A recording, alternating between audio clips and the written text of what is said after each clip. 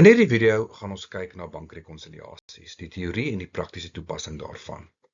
Bankrekonsiliasies vorm eintlik deel van die teorie van bedryfsbates, wat al reeds behandel is, omdat bank een van die 3 hoofbedryfsbates is, vorm deel uit van kontant en kontant-ekwivalente. Ons leeruitkomste is 3-ledig. Eerstens verduidelik waarom die saldo op die bankstaat en die bankrekening in die grootboek mag verskil. Journaliseer die nodige regstellings om die saldo op die bankstaat en die grootboekrekening te rekonsilieer. En derdens, hoe om 'n bankrekonsiliasiestaat op te stel. Ons handboekverwysing is hoofstuk 16. Nou soos genoem, bank vorm deel van bedryfsbates, kontant en kontant-ekwivalente. En julle mag dalk onthou dat 'n banksaldo kan gunstig of oortrokke wees. En omdat dit 'n bedryfsbate is, praat ons van 'n korttermynbate. Met ander woorde, dit is 'n bate wat alreeds kontant is of vinnig en maklik in kontant omgesit kan word.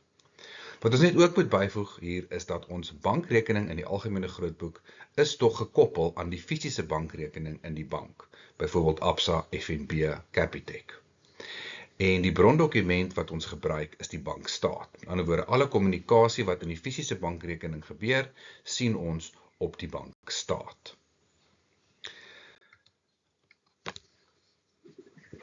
Kom ons dink vinnig aan jou eie bankrekening. So, as jy 'n bankrekening het, en jy maak sekere aankope in die maand, en jy kry byvoorbeeld sakgeld in die maand, dan mag dit dalk soms gebeur dat dit wat in jou kop aangaan, in terme van dit wat jy dink in jou bankrekening moet wees, en dit wat wel daar is, nie dieselfde is nie. Hoekom sal dit so wees? Kom ons kyk gou. So in jou kop, linkerkantste kolom, onthou jy aan die einde van laas maand was daar R80 in jou rekening oor.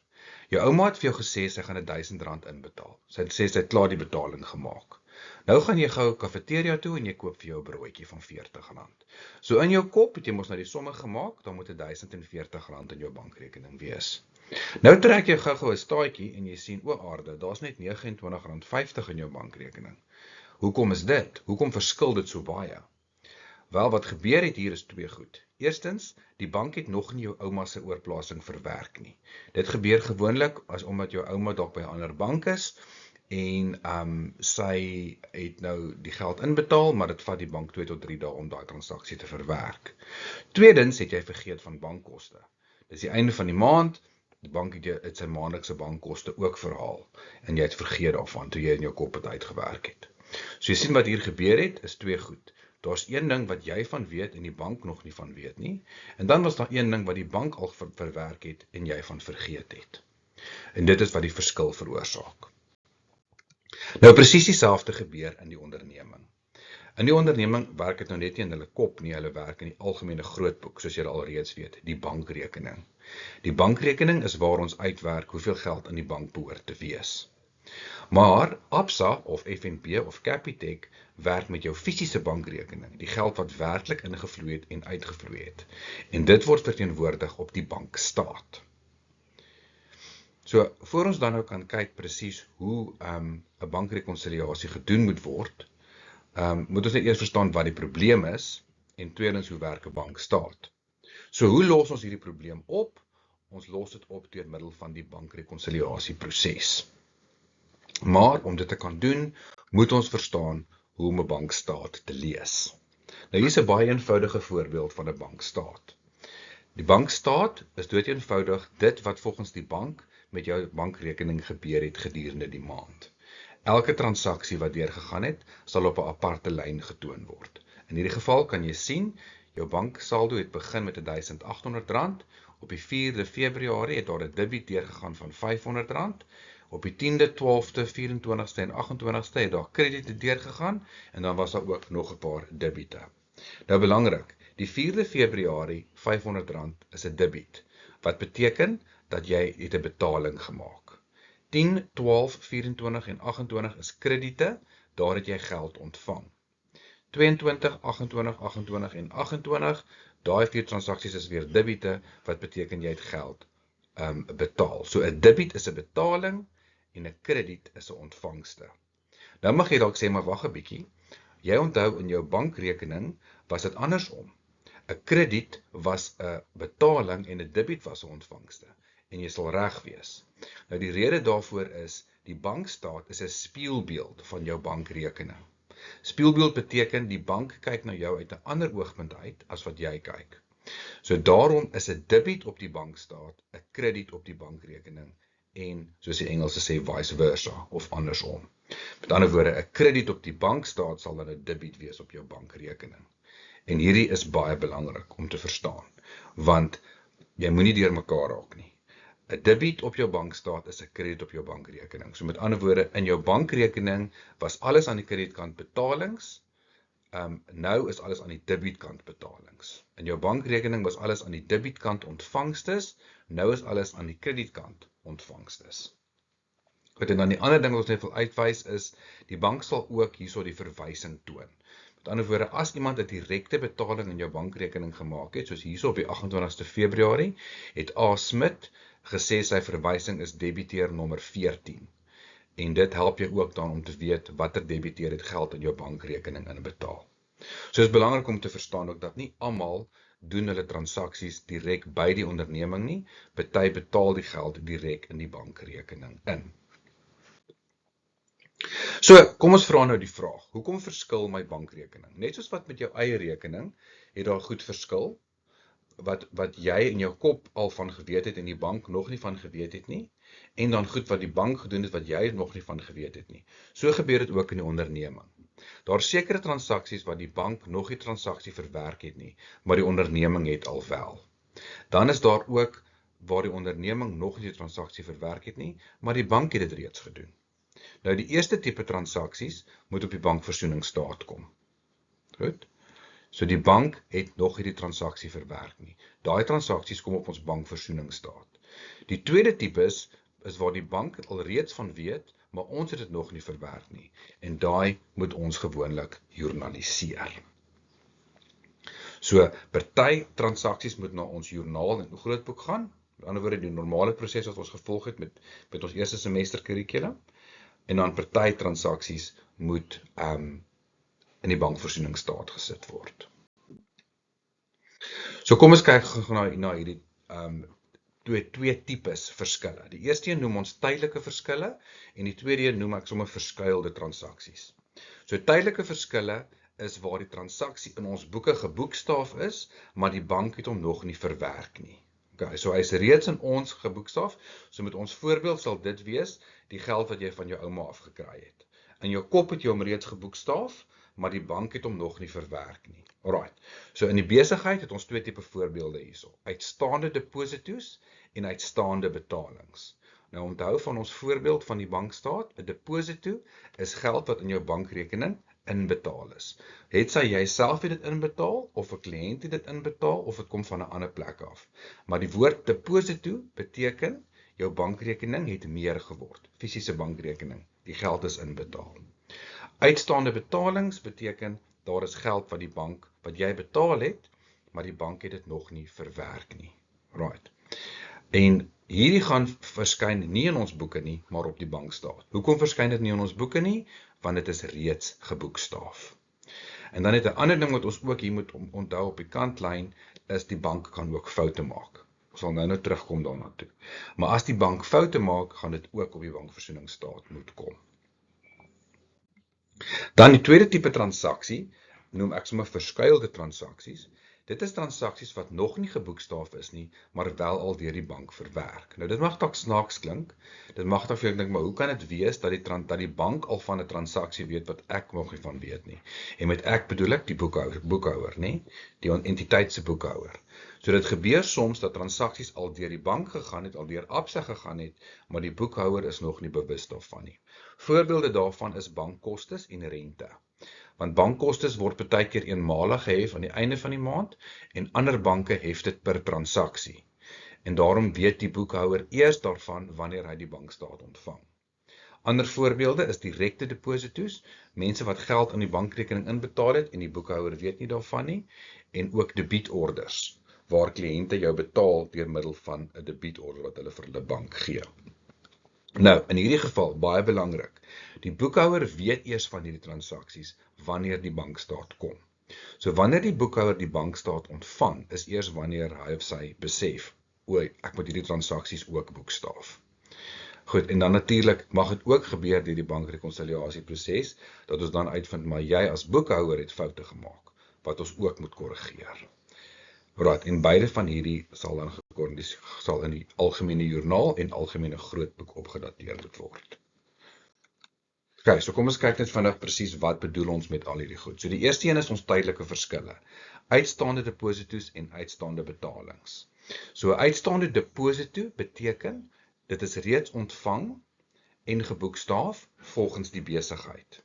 Maar dit wys nog nie op die bankstaat nie. Met ander woorde, die bank weet nog nie van hierdie geld nie. Ons het dit volgens ons al ontvang en geboekstaaf. Byvoorbeeld, die huurder betaal direk by die bankrekening in op 27 Februarie en hy stuur 'n bewys van betaling. Nou daai bewys van betaling gee die bank mos vir jou outomaties. Dit is nou die huurder se bank. So, maar hierdie transaksie gaan eers op ons bankstaat wys op die 1 Maart, want die bank vat so 2-3 dae om die transaksie te verwerk. So dis presies dieselfde as jou ouma se sakgeld. So die transaksie is dus uitstaande op 28 Februarie. Nou betaling werk presies dieselfde. Ons het die geld betaal en geboekstaaf, maar dit wys nog nie op die bankstaat nie. Voorbeeld, ons betaal 'n EFO, dis 'n EFT, op 30 Junie vir skoonmaakmiddels en boekstaaf die transaksie. Maar die bank sal eers die transaksie op 1 Julie verwerk. Dus op 30 Junie maandeinde is die betaling uitstaande. Nou hierdie 'n deposito, uitstaande deposito en 'n uitstaande betaling is gewoonlik net uitstaande vir 1 of 2 dae. Maar as hierdie ding op maandeinde gebeur, dan gaan dit by my afsluitingsprosesse beïnvloed. En dit is hoekom dit op die bankvoorsieningsstaat dan sal moet kom. Goed, verskuilde transaksies, bankkoste en renteoplopende rekening. Nou hierdie is kostes, bankkostes is kostes wat die bank het vir sy dienste. Soos ek nou genoem het, party banke gee 'n eenmalige bedrag einde van die maand, ander banke sê weer, ons hef 'n koste per transaksie. Maar belangrik, hierdie word bloot van die rekening afgetrek. Die bank stuur nie vir ons 'n faktuur en sê, hoor julle skuld ons hierdie bankkoste nie. Die bank trek dit net van die bankrekening af. Okay. So, omdat daar nie 'n faktuur kom nie, sien die boekhouer dit eers as die bankstaat kom.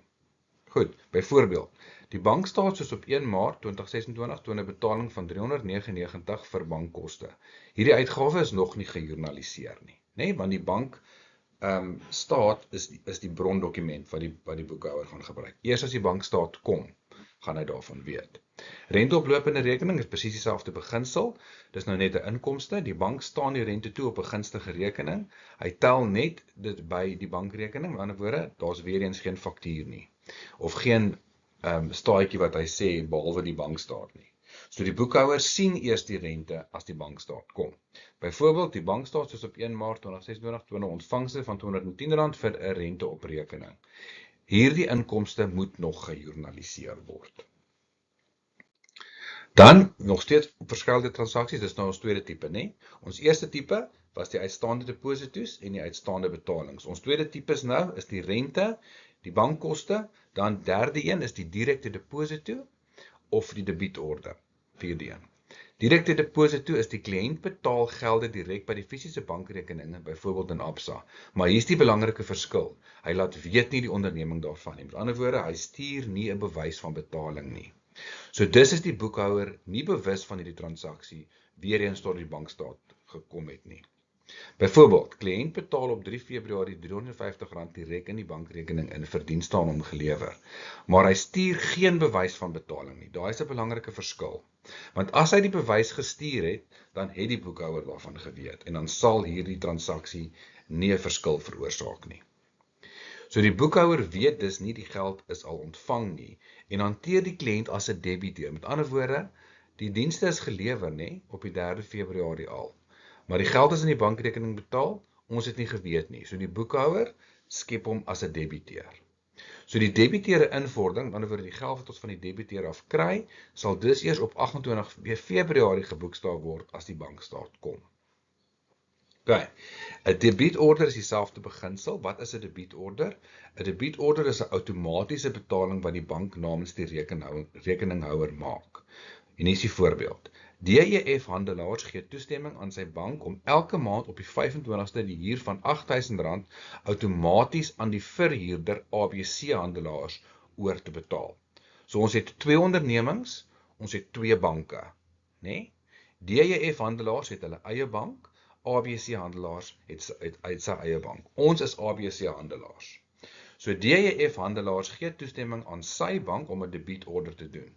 So hierdie betaling wat kry, noem ons 'n debietorder, en vir beide die ondernemings sal die transaksie gewoonlik eers geboekstaaf word tydens die bankrekonsiliasieproses, wanneer die boekhouer die bankstaat ontvang. Nee? So dit sal 'n beginsel hier. Ons kan dit eers boekstaaf as ons die bankstaat ontvang. Nou net 'n belangrike verskil, ek wil nie julle moet deur mekaar raak nie. Ons het nou 2 keer die woord deposito gebruik. Die eerste een was 'n uitstaande deposito, die tweede een was 'n direkte deposito. Uitstaande deposito, en die groot verskil tussen die twee is, weet die boekhouer daarvan of nie. Albei van hierdie gevalle is geld wat direk in ons bankrekening gedeponeer is, was 'n deposito. Maar met die uitstaande deposito het die boekhouer daarvan geweet. Met die direkte deposito het die boekhouer nie daarvan geweet nie. So die uitstaande deposito is 'n tydelike verskil, ons tipe 1 transaksies. Die direkte deposito is 'n verskeie transaksies, ons tipe 2 transaksies.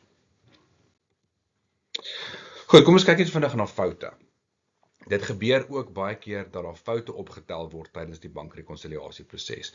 Om die waarheid te sê, die bankrekonsiliasieproses is een van jou beste tye om foute te identifiseer, foute op te spoor en dan reg te stel. So kom ons kyk eers na foute in die entiteit se boeke. Ons het 2 tipes foute. Ons het foute wat deur die entiteit gemaak is, wat ek noem boekfoute, en dan foute wat deur die bank gemaak word, of bankfoute.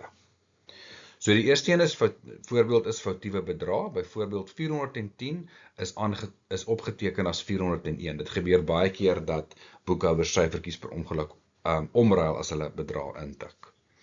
Omruiling van 'n debiet en 'n krediet, dit gebeur ook. Byvoorbeeld ons het aankope van handelsware gehad en ons het bank gedebiteer en aankope gekrediteer per ongeluk gebeur. Dan verkeerde rekeninge, ons het bank gedebiteer by kredietverkoop. Met ander woorde, in plaas van debiteure kontrole het ons per ongeluk bank gedebiteer. En ons het dit nooit besef nie. En onthou, 'n boekhouer pos baie transaksies elke dag. Hy kan maklik 'n fout maak. Okay, dan bankfoute. Foutiewe deposito, ons het gelde ontvang wat nie ons toekom nie. Byvoorbeeld, iemand het geld in ons bankrekening inbetaal en hulle het ongeluk 'n fout gemaak met die rekeningnommer. En daarom is daar 'n deposito op ons bankstaat wat nie in ons boeke gaan wees nie, en daai deposito is foutiewelik. Met ander woorde, hy gaan wel teruggeskryf word. Maar die bank doen dit baie keer eers in die volgende maand. So hy verskyn nog op ons bankstaat. Dan duplikaatverwerking van transaksie. Byvoorbeeld, die bank het 'n betaling 2 keer verwerk. Weer eens verkeerde rekeninge, rente of foute wat die bank gemaak het, bedragfoute. Rente is verkeerd bereken, 410 moet R380 wees. So die derde een is verkeerde rekeninge en bedragfoute. Die bank kan ook bedragfoute maak. Nou, wat maak ons met hierdie foute? Boekfoute, met ander woorde wat deur die entiteit gemaak word, daai foute moet gejournaliseer word. Dit verskyn nie op die bankrekonsiliasiestaat nie. Bankfoute verskyn gewoonlik wel op die bankrekonsiliasiestaat. Verkeerde debiete, met ander woorde, as die bank 'n debietfout gemaak het, dan moet hy nou as 'n krediet getoon word op die bankrekonsiliasiestaat. Verkeerde krediete moet as 'n debiet getoon word op die bankrekonsiliasiestaat. Maar onthou, moenie vergeet nie, 'n debiet op die bankstaat is 'n krediet op die onderneming se boeke. En 'n krediet op die bankstaat is 'n debiet op die onderneming se boeke. Alright, soos ons nou net gesê het, opsommend. Ons 2 tipes transaksies, ons 2 tipes verskille, moet anders hanteer word. Nou, hoe kry ons hierdie verskille? Ons kry die verskille deur die bankrekening met die bankstaat te vergelyk. Ek sê weer, ons kry die verskille deur die bankrekening met die bankstaat te vergelyk. Nou sien ons daar's goed op die bankstaat wat nie op die bankrekening is nie, en daar's goed op die bankrekening wat nie op die bankstaat is nie. Daai 2 tipes verskille moet ons dan nou groepeer. En die tydelike verskille en bankfoute moet op ons bankrekonsiliasiestaat kom. Die verskuilde transaksies en die boekfoute moet gejournaliseer word en oorgeboek word na die algemene grootboek toe. Okay, so ek sê weer, die tydelike verskille in die bankfoute kom op die bankrekonsiliasiestaat. Die verskuilde transaksies en die boekfoute moet gejournaliseer word en oorgeboek word. Nou net gou 'n belangrike wenk. Vir elke item wat gerekonsilieer word, met ander woorde vir elke verskil wat opgetel is, vra hierdie vraag: het die bank reeds hierdie transaksie verwerk? Okay. Want dit kan partykeer gekompliseerd raak, veral as jy 'n lys van verskille kry in 'n vraag en jy vra jouself nou, maar wag 'n bietjie, is dit nou 'n tydelike verskil of is dit 'n verskuilde transaksie? En hoe jy gaan uitvind of dit so is jy vra hierdie vraag: het die bank reeds hierdie transaksie verwerk, ja of nee? As die antwoord nee is dit 'n tydelike verskil, dit beteken hy kom op die bankrekonsiliasiestaat. As die antwoord ja is, met ander woorde hy is reeds verwerk, dan beteken dit is 'n verskuilde transaksie en dit moet gejournaliseer word. Okay, so nee, bankrekonsiliasiestaat, ja, joernaal. Okay, so die vraag is, het die bank reeds hierdie transaksie verwerk, ja of nee? Okay, daar is net 'n opsomming daarvan. So as die antwoord nee is dit 'n tydelike verskil. Hoe hanteer ons dit? Ons sit dit op die bankrekonsiliasiestaat. Voorbeelde is die uitstaande deposito en die uitstaande betaling. Het die bank die transaksie verwerk? Ja, dis 'n verskuilde transaksie. Hoe hanteer ons dit? Ons moet dit in ons boeke sit. Wat se voorbeelde het ons? Bankkoste, debietorders, direkte depositos, rente ontvang. Rente betaal sal ook daarby kom. Goed, kom ons kyk nou net vinnig na die bankrekonsiliasieproses. Nou in die handboek is daar 'n baie langer verduideliking van hierdie stappe. Ek het dit nou net hier vereenvoudig en opgesom om dit maklik te verduidelik. So stap 1 is jy vergelyk. Wat vergelyk jy? Die bankstaat met die onderneming se bankrekening. Stap 2 is jy merk af. Alles wat op albei state is, merk jy af. Hulle ignoreer jy, né? Die wat op die een staat is en op die ander en op die bankrekening is, ignoreer jy. Daai transaksies beteken my boeke het hulle reg verwerk, die bank het hulle reeds verwerk, dit is deur al twee.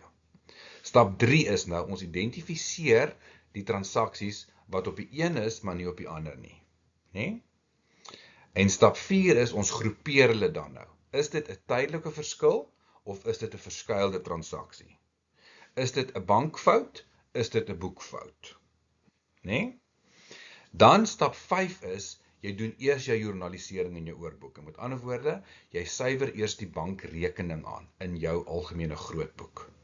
En die laaste stap dan is jy stel die bankrekonsiliasiestaat op. Okay. So, stap 1, vergelyk die bankrekening met die bankstaat. Stap 2, merk af wat op al twee is. Stap 3, identifiseer wat op die een is en nie op die ander een is nie. Stap 4, groepeer hulle. Is dit verskuilde transaksies? Is dit tydelike verskille?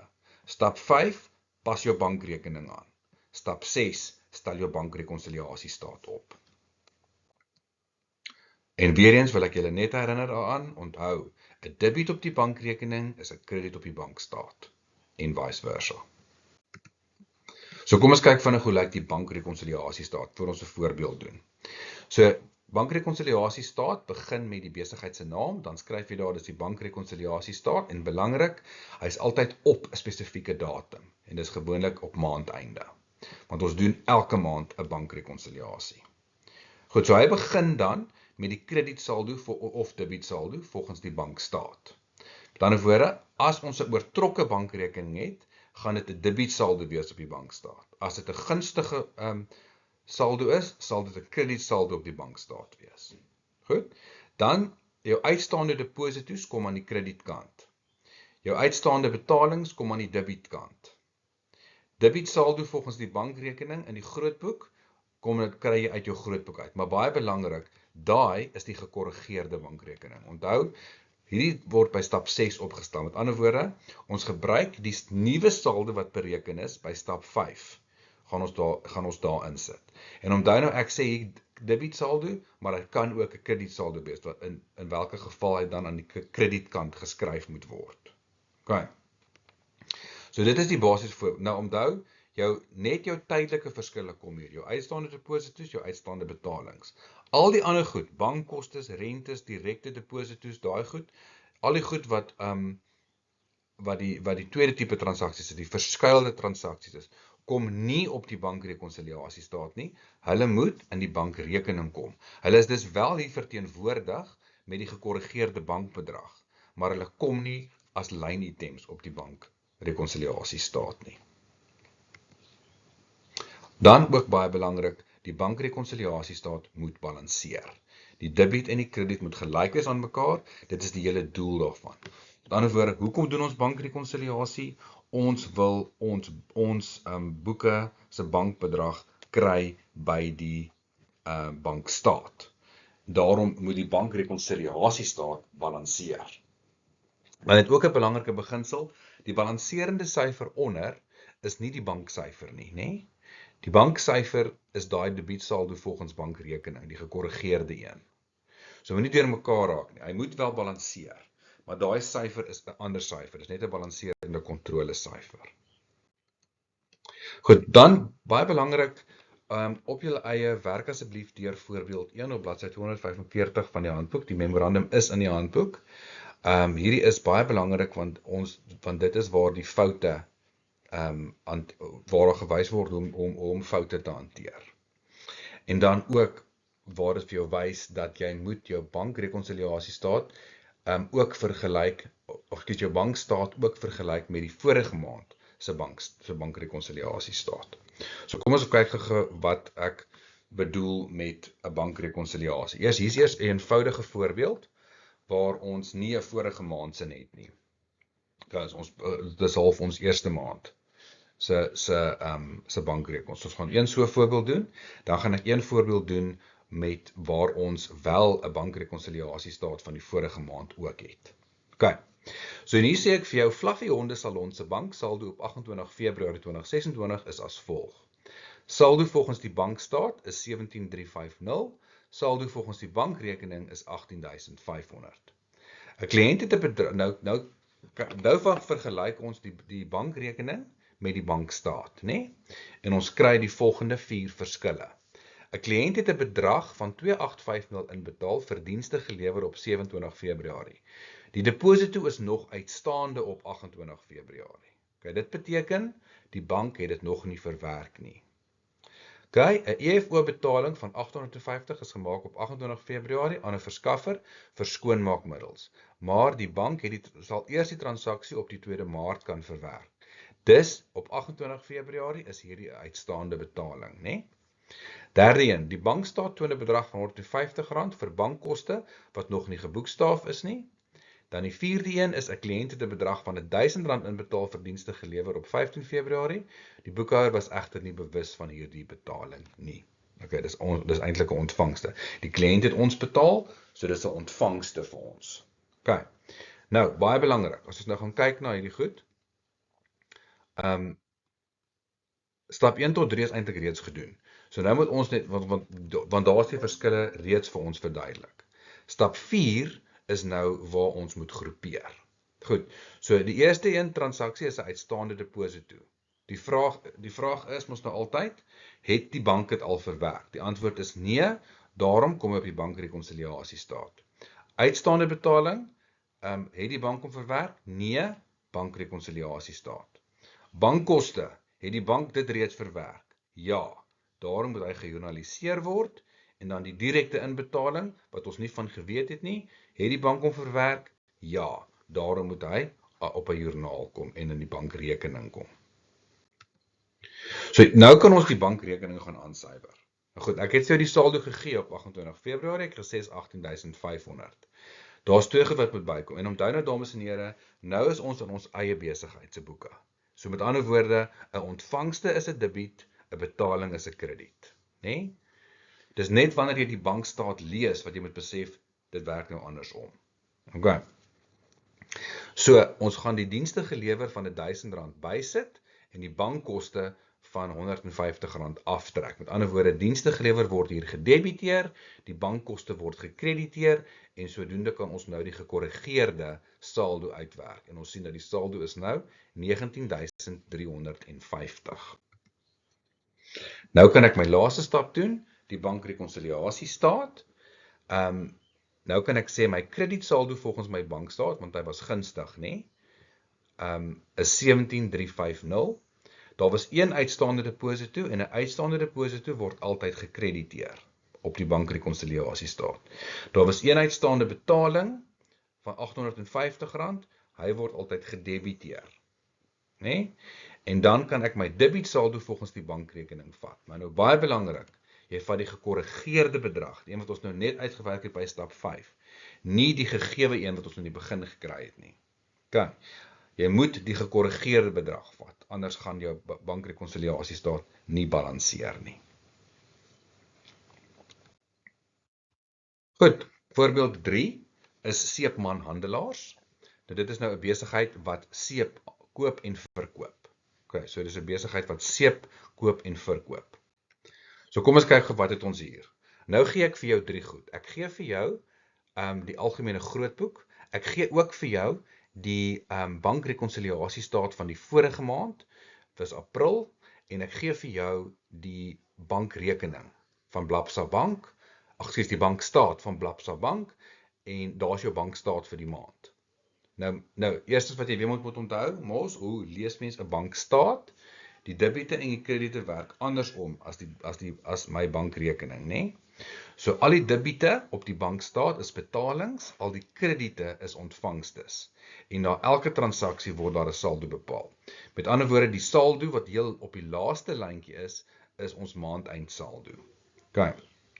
Goed, so daar kan jy sommer klaar sien dat jou maandeindssaldo en jou bankrekening se saldo verskil. Dit is glad nie dieselfde nie, né? Maar nou moet ons net ook in ag neem, laas maand was daar ook transaksies wat plaasgevind het, né? Soos jy sal sien, daar was 'n uitstaande deposito van 2850, daar was 'n uitstaande betaling van 850 en jy moet nou die bankstaat gaan vergelyk. Nie net met die vorige maand se bankrekonsiliasiestaat nie, maar ook met die algemene grootboek. Alright. So jy gaan nou kyk, is daai transaksies nou al deur die bank? Dit is die groot vraag wat ons wil vra. Want alles wat op een van die twee is, kan ons gaan afmerk. Alright. So ons merk nou af. Nou kyk jy daar die transaksie. Eerste transaksie, deposito op die bankstaat. Jy werk van die bankstaat af. 2850, jy sien dit was op die vorige maand se bankrekonsiliasiestaat. Hy kan afgemerk word. Die R850 is ook op die vorige maand se bankrekonsiliasiestaat. R850. Dan die 7500, jy sien hom daar, hy is wel daar. Die 7110, jy sien hom daar, jy merk hom af. En dan as jy dit alles klaar gedoen het, dan lyk dit so. Ek het nou sommer dit in geel gedoen, om te wys, ek het almal afgemerk, ek kry hulle op die bankstaat, sien daarso was my 2850 en my 850 op die bankrekonsiliasiestaat. Op die bankrekening het ek ook almal gekry. Dan sal ek sien, jy sal sien daar's 3 oranje bedrae op die bankstaat en 2 rooi bedrae op die algemene grootboek. Dit beteken daai 3 bedrae op die bankstaat is op die bankstaat, maar nie op die algemene grootboek nie, né?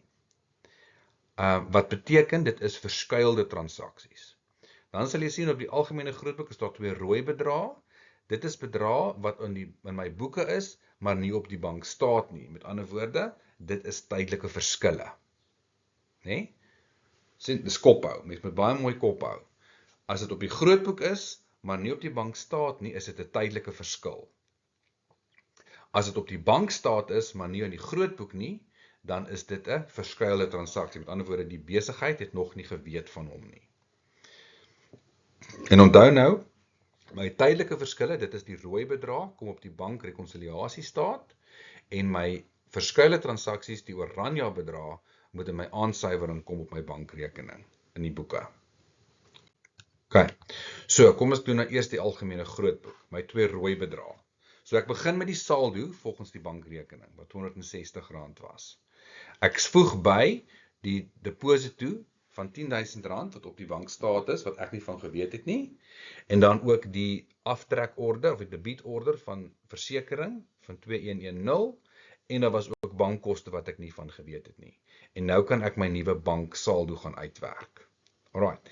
En al wat ek dan nou nog moet doen, is ek moet die tydelike verskille op my bankrekonsiliasiestaat gaan sit. So ek vat my bankrekonsiliasiestaat net so, ek gebruik die kredietsaldo van die bankstaat, daai 24651.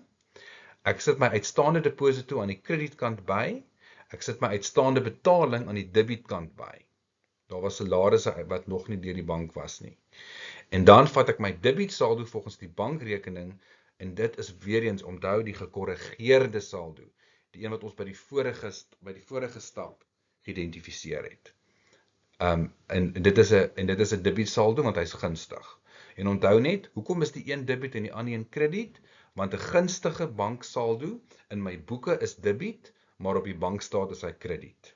So dit is hoekom die bankstaat se saldo aan die kredietkant in hierdie geval is, en die debiet en die groot boeksin aan die debietkant.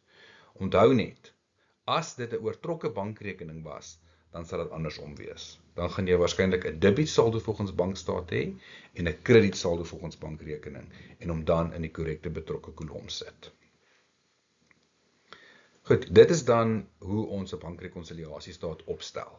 So wat ek net wil in opsomming wat ek net wil sê is, wat ons moet doen is jy vergelyk altyd jou bankstaat met twee goed, met die bankrekening as ook die vorige maand se bankrekonsiliasiestaat. En wat ons dan wil sien is, watter van die transaksies is wel deur die bank verwerk en watter is nie. Eerstens, en tweedens wil ons sien, watter transaksies is al deur die bank verwerk, maar die boekhouer het nog nie geweet van hulle nie. Alright, so ons kategoriseer hulle dan in daai twee tipes transaksies. So die eerste stap is vergelyk, tweede stap is merk af, die wat op al twee is, ignoreer jy. Vir 'n bankrekonsiliasiestaat gaan daai transaksies heeltemal geïgnoreer word. Die wat egter op die een is en nie op die ander nie, is die waarin ons belangstel. En die hantering daarvan hang dan af van of hy op die bankstaat was en of hy op die grootboek was. En dit gaan dan of op die bankversoeningsstaat kom, die bankrekonsiliasiestaat kom, of dit gaan in die boeke kom. Om sodoende dan ons boeke se bankbedrag en ons bankstaat se bankbedrag bymekaar uit te bring. En seker te maak, daar is nie transaksies wat ons nie in ons boeke gesit het nie, en ook nie foute wat deur ons die bank gemaak is nie.